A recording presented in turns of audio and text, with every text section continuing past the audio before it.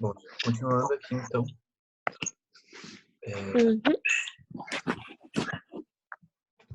Esse desenvolvimento na cozinha, então, a gente saber daquelas coisas para se desenvolver na cozinha é bom para a gente ter autonomia e segurança. E segurança não é segurança própria, tipo, eu tenho que estar em segurança. Não, é segurança de fazer as coisas.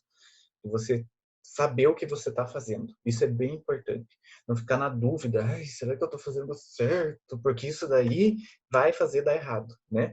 Então, ter segurança no que a gente está fazendo e autonomia para fazer qualquer coisa. Então, se alguém pedir para você fazer, você sabe fazer, independente do que seja. Então, essa autonomia, essa segurança são importantes para desenvolver na cozinha, né? A gente precisa ser assim numa cozinha profissional. Outra coisa, não ter medo de errar, né? A gente não pode ter medo de errar. Isso também tem a ver com a segurança do que a gente vai entregar. Não tenho medo de errar. Faz parte, eu vejo, às vezes eu percebo assim que vocês têm muito medo de fazer errado, que eu vou ficar bravo, não sei o que. Às vezes eu fico, mas não é uma coisa assim que precisa ter medo, né? Às vezes eu fico, sabe por que eu fico bravo às vezes? Porque geralmente vocês erram coisas que eu já falei, que eu já comentei, que eu já ensinei, e daí vocês erram e daí eu fico meio bravo. Mas não é assim uma coisa assim que eu fico bravo, bravo. Eu fico bravo porque eu me sinto assim, parece que eu não fiz o suficiente para ensinar o que eu tinha que ensinar. Eu fico bravo mais comigo do que com vocês.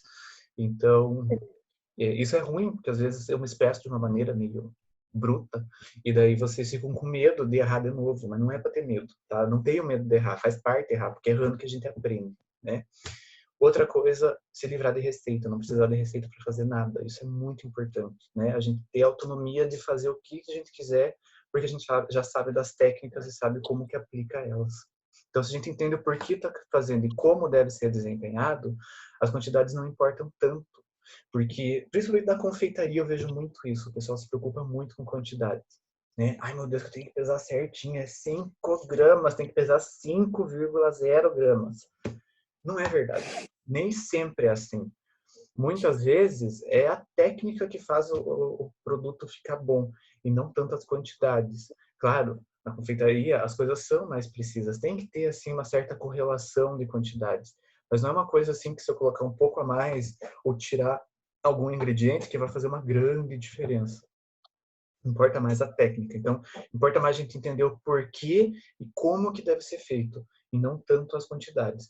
Na confeitaria, a gente presta um pouco mais atenção, mas na cozinha quente, que é a cozinha normal, de fazer salgado e tal, não importa. Então, às vezes eu via assim que, tipo, tinha que ser 75 gramas de cebola. Aí pegava a cebola, pesava 75 gramas e sobrava uma fatia assim de cebola. Daí ia fazer o que com aquela cebola? Aí sobrava 4 fatias de cebola lá no fim da aula. Ia fazer diferença usar mais um tantinho de cebola? Usar um tomate a mais para não sobrar? Então isso é uma coisa que tem que prestar atenção. Uma coisa que a gente vai implementar também é que tudo que está na mesa tem que ser usado até o final da aula. Não pode sobrar nada. Se a gente colocar um pouco mais de alguma coisa, ou tirar alguma coisa, dividir algumas coisas, não tem problema, que não vai dar errado a receita, não vai mudar o sabor completamente. Então a gente tem que desapegar um pouco das receitas e pensar mais em como fazer nos processos que a gente está fazendo. Isso é mais importante, né? As quantidades nessa hora não importa tanto, né? Importa a gente ter autonomia no que a gente está fazendo. E aí que a gente surge com o plano de ataque.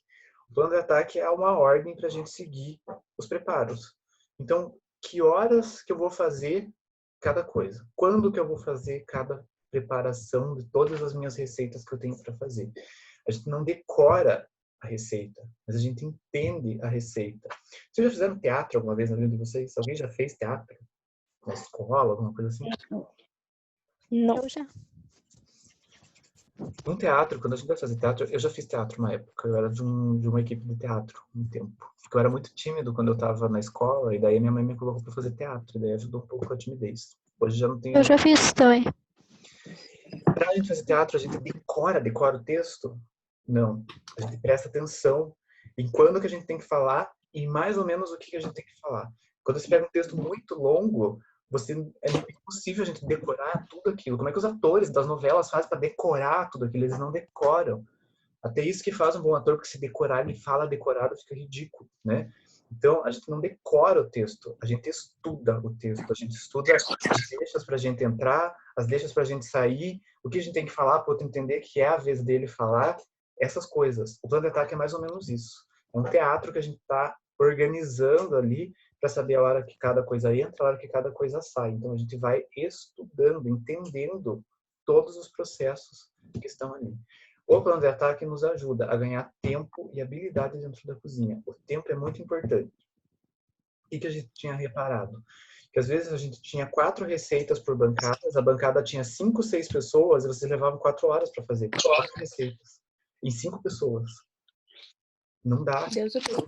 Não dá para Então. levar tanto tempo assim para fazer. Vocês estavam em muita gente. Às vezes uma pessoa sozinha tem que fazer aquilo em 1 hora e vocês levavam 4 para fazer uma coisa. Então a gente não quer mais que vocês foquem em cada um faz uma receita, porque daí vocês também aprendem só a fazer uma receita. A gente quer que vocês aprendam todas as técnicas, todos os processos. É por isso que a gente vai focar em técnicas e não na pessoa fazer uma receita. Porque o que vocês faziam? Vocês chegavam lá, aí você faz essa receita, você faz essa, eu divido essa receita com você. Aí você só aprendia a sua receita e não sabia mais nada que estava acontecendo.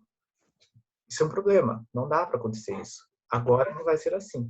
A gente vai fazer um plano de ataque para que cada um fique responsável por alguma técnica. Na outra aula, muitas vezes as técnicas se repetem. Você pega outra técnica para fazer. E assim vocês aprendem várias técnicas no meio de várias receitas. Tá? Um exemplo que eu coloquei aqui para fazer um frango com batata. Então, primeiro, né, vamos fazer um plano de ataque bem básico, que a gente faria na nossa casa.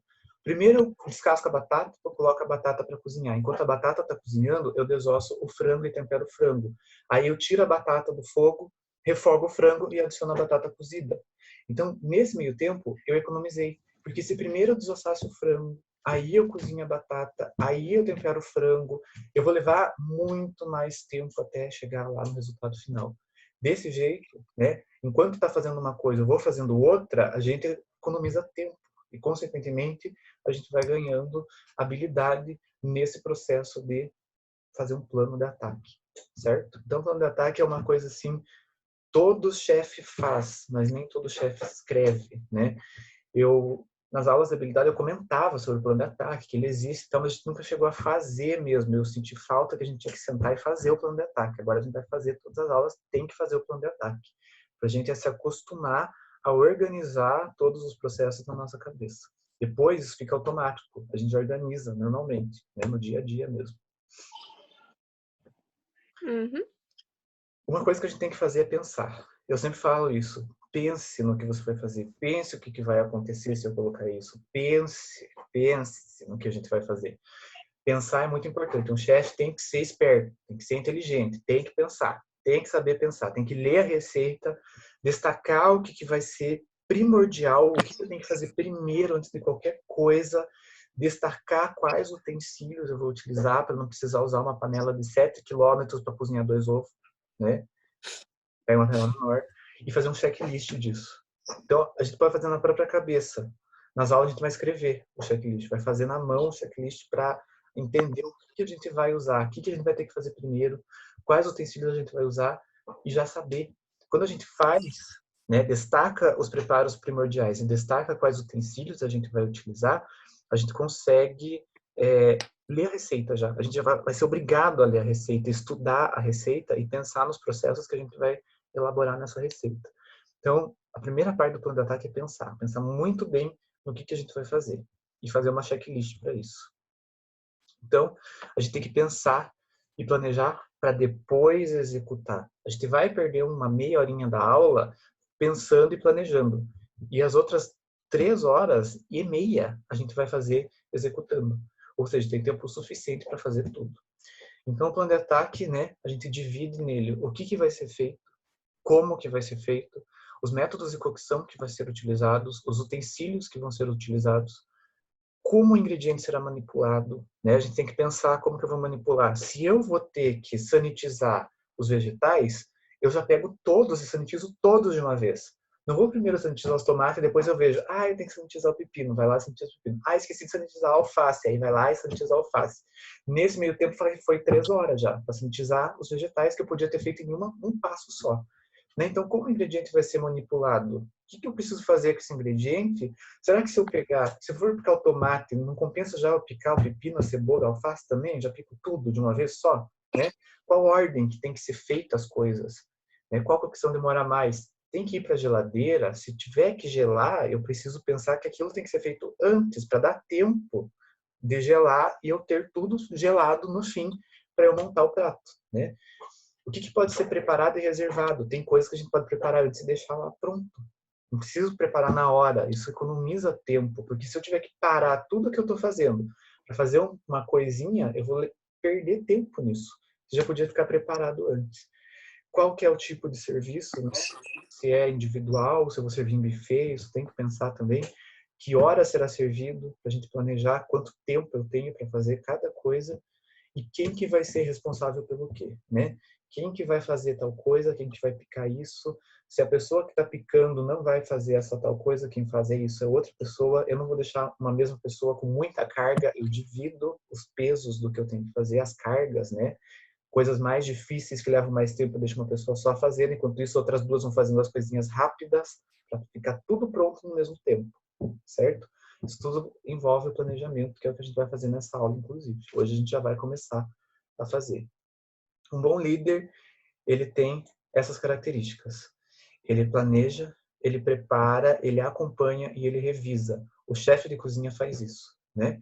O chefe de cozinha, ele faz o plano de ataque da cozinha dele. Ele planeja quem vai fazer cada coisa, ele que designa funções de quem vai fazer o quê, ele que prepara todas as fichas técnicas e sabe tudo que vai ser feito, ele fica lá acompanhando, ou o chefe acompanha para ele quando ele não pode, e ele revisa para ver se está tudo certo. Se não tem nada errado, continua com o mesmo processo. Se tem alguma coisa errada, ele volta a planejar, planeja tudo de novo.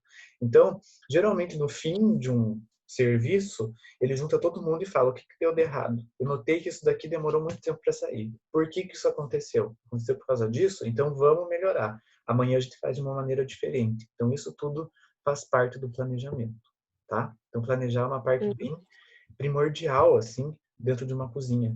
E qualquer lugar que vocês forem trabalhar, tem sempre um planejamento correndo por trás. Outra coisa que ajuda na autonomia da cozinha é aproveitar ingredientes. Gente, estava acontecendo muito desperdício dentro da cozinha também. Muita coisa sendo jogada fora porque sobrava, né? Ah, sobrou um pedaço de mandioca, sobrou 2 batatas, sobrou 3 laranjas, e daí? Vamos fazer o que com isso? Ficava lá na despensa até que estragava e era jogado fora. Toda semana era jogada muita coisa fora. A gente tem que voltar a usar melhor esses ingredientes. Fazer caldo, congelar as ervas, desidratar as ervas, né? Aproveitar eles de uma forma que não seja jogado tanta coisa fora. Fazer alguma coisa com eles que se aproveite, pelo menos o sabor que eles tenham, né? Então, com as laranjas dava para ter feito suco, com limão. Teve uma época que, meu Deus, tinha tanto limão, tinha tanto alho, tinha alho assim que, meu Deus do céu, dava para deitar em cima dos alhos, tanto alho que tinha. O que você podia ter feito com alho? Me deem uma sugestão aí. Não sei.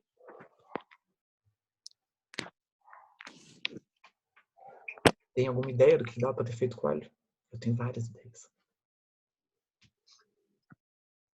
A gente podia ter defumado esse alho e feito uma conserva de alho. A gente podia ter feito alho negro, cozinhando ele lentamente até ele ficar escuro e usar ele como guarnição. A gente podia ter feito uma pasta de alho para congelar e ter sempre alho. A gente podia ter feito alho com ervas como tempero. Dá para ter feito tanta coisa e aqueles alhos foram doados porque a gente não fez. Então, assim, tem que sempre pensar em aproveitar os ingredientes. Então, agora, a partir de agora, a gente vai ver tudo que tiver meio que sobrando lá na cozinha, a gente vai dar um jeito neles e vai aproveitar da melhor maneira possível, tá? Tem que ser criativo, né? A gente tem que usar bastante a criatividade, pesquisar sempre coisas novas que estão acontecendo. Então, essa história do alho negro é bem legal, uma coisa bem nova. Com ovo dá para fazer muita coisa, com vegetais dá para fazer muita coisa, né? Fazer farinha dos vegetais, sei lá, dá para fazer muita coisa. Então, a gente sempre tem que tentar aproveitar ao máximo os ingredientes. Ver quais substituições funcionam. Isso é uma coisa que a gente sofre muito, porque a gente mora em Ponta Grossa. Ponta Grossa não é uma metrópole. Ponta Grossa é uma cidade do interior, que não chegam muitas coisas que a gente precisa, né? A gente percebe isso nas práticas. Às vezes a gente pede umas coisas assim, tá lá na receita, mas não veio, porque não acharam nos mercados aqui, não conseguiram um fornecedor aqui na cidade e não tem. E daí? Como a gente pode substituir aquilo que não veio, né?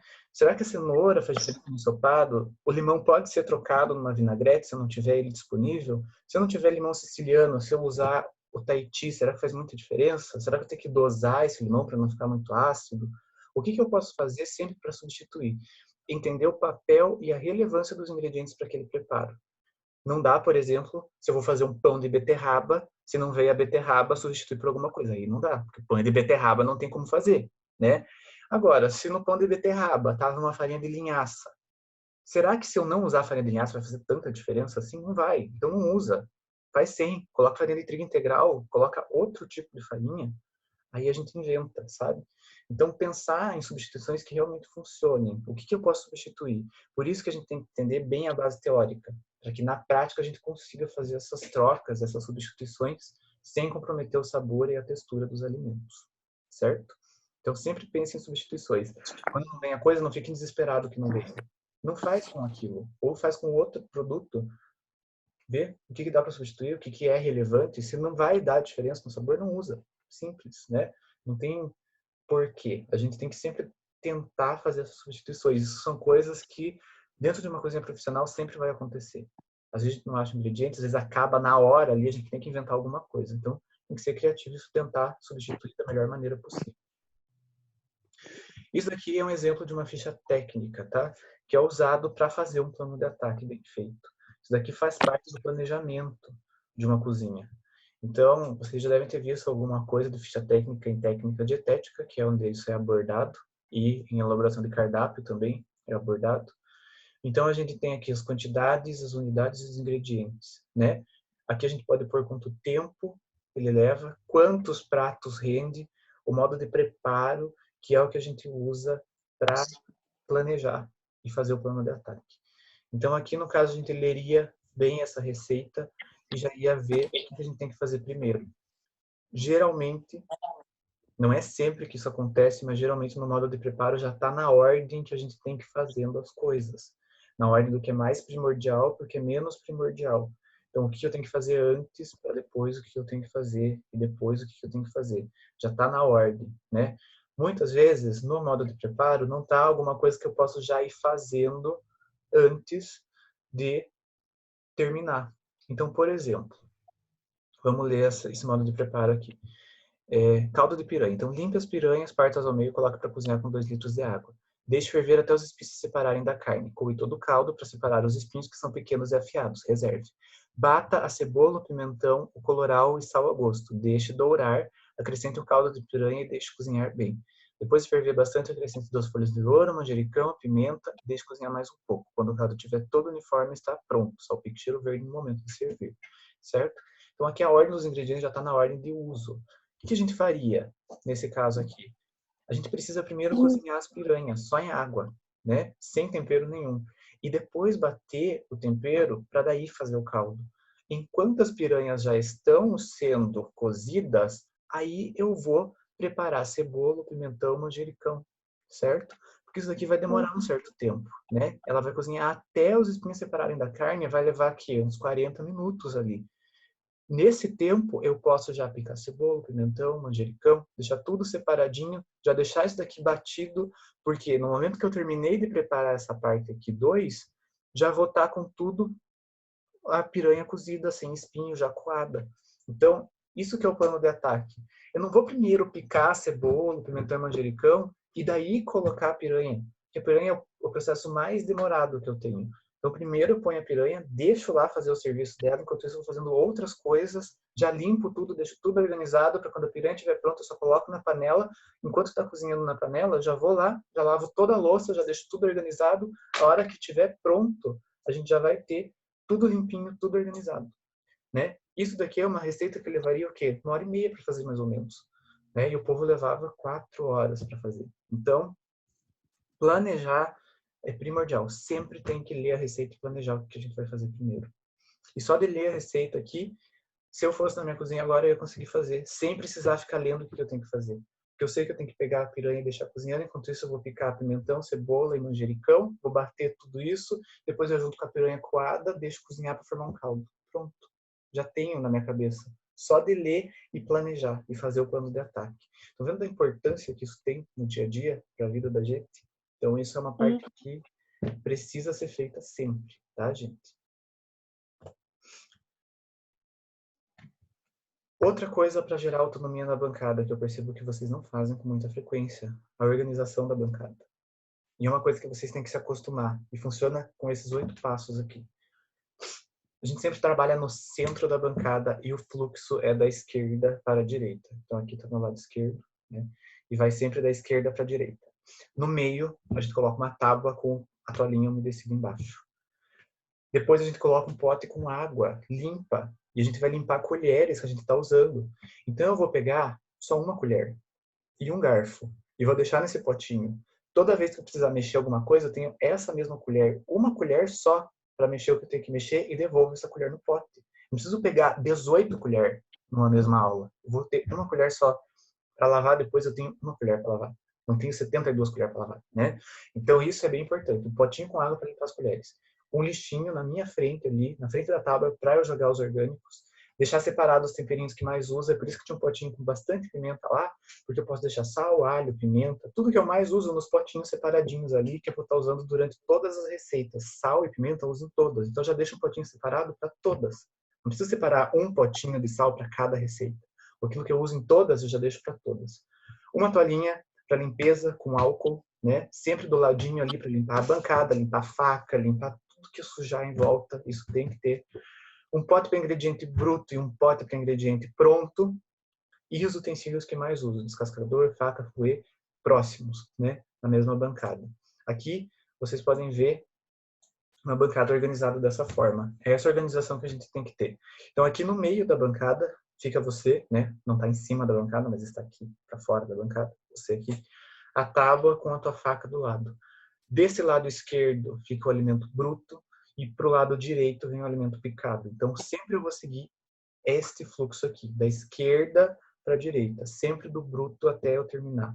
Aqui na frente ficam os temperinhos, o lixinho bem na minha frente aqui, para já facilitar tudo que eu estou cortando, o que for lixinho eu já jogo aqui, para não ficar bagunça em cima da tábua, aquelas cascas de alho, casca de cebola, talos, tudo vai pro lixinho. As colheres num potinho com água limpo que eu vou usar para mexer, para experimentar muitas vezes. A de experimentar, geralmente a gente lava antes de colocar de volta aqui, né? Não vai ficar pondo baba no mesmo pote que está lavando as colheres. Então, se experimentou, lava e daí põe no recipiente aqui com água, certo? E sempre nessa ordem. Isso daqui ajuda muito a manter tudo muito organizado. É sistemático, é um sistema que a gente tem que seguir, né? Porque o que a gente viu lá nas fotos? Que o povo não segue isso aí. E fica tempero para um lado, coisa picada do outro lado, coisa bruta misturada com coisa picada, tudo na mesma tábua, lixo em toda a mesa, bagunça, né? Aqui embaixo da faca fica o paninho com álcool para fazer toda a limpeza. Então, sempre manter nessa ordem, assim. Essa organização funciona, tá? Quem ensina isso é o Le Cordon Bleu. Eu peguei do livro do Le Cordon Bleu e eu vi umas videoaulas do Le Cordon Bleu que ensinam dessa maneira. Então, um dos maiores institutos de culinária do mundo ensinam todos os chefes a fazerem assim. E a gente vai seguir isso, porque isso daqui funciona, tá? Então, eu quero que a partir de hoje vocês prestem atenção em primeiro organizar e fazer um bom mise en place, tá? Deixar a tábua, a faca, o bruto, o picado e fazer todo esse processo, esse fluxo aqui. Isso daqui auxilia muito e agiliza muito o trabalho, certo? E assim, não precisa 2, 3 pessoas fazerem esse processo. É uma pessoa só que vai ser responsável por picar tudo. As outras pessoas vão estar fazendo outros processos que dependem delas para a receita, certo? Isso também agiliza, tá? Então, o mise en place é isso, né? A gente organizar, deixar tudo bonitinho, né? Deixar tudo pronto para que a gente execute a receita corretamente. O mise en place não precisa demorar muito tempo, ele tem que ser rápido, tá? Não vou levar 1 hora para fazer o mise en place. O mise en place é 20 minutos, meia hora, no máximo, tá? Mise en place também pode ser a denominação para organizar a mesa aqui, né? Que a gente tem que servir. Certo, gente? Uhum.